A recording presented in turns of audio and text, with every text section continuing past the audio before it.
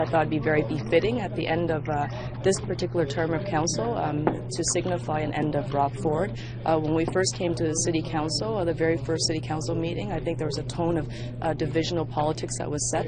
If you were either with us or against us, was the mayor's sort of comments out there, and clearly I've not been with Mayor Ford. I think that he is an ineffective mayor. I think he's actually been dysfunctional, and he's been a very poor leader, and I'm looking forward to making sure that he's not going to be re-elected as mayor of the city. There are bound to be people who look at this and say it's a little immature and isn't really necessary.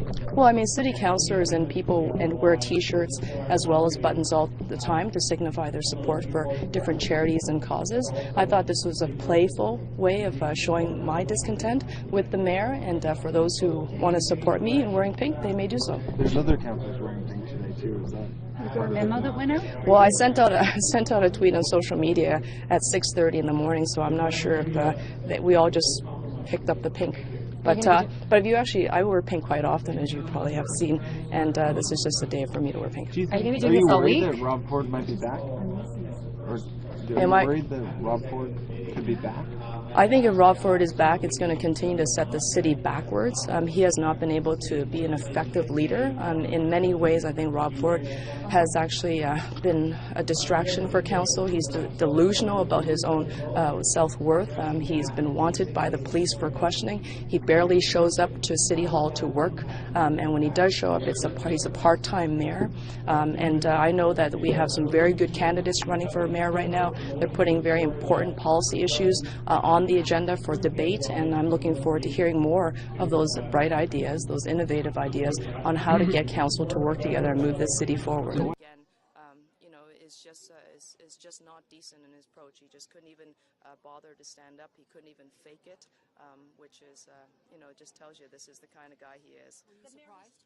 I'm not surprised. I think he's just been very consistent. He has, from trying to rip down the rainbow flag, from not attending the pride marches, he has done everything he can to destroy his relationships with the LGBT community, and I think he's done so quite effectively.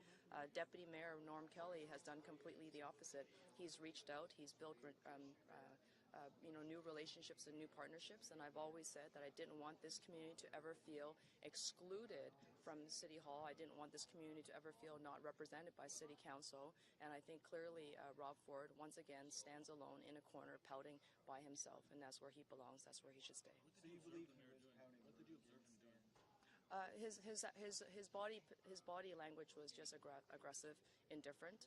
It was almost like he was being asked to listen to something he didn't want to hear, and certainly I think to be the mayor of all people, as demonstrated by previous mayors, is that you have to stand up and embrace everybody. The fact that we were here to acknowledge formally and to thank formally the many amazing people that put together this cultural event that put Toronto on the international map. He couldn't even stand up to say thank you.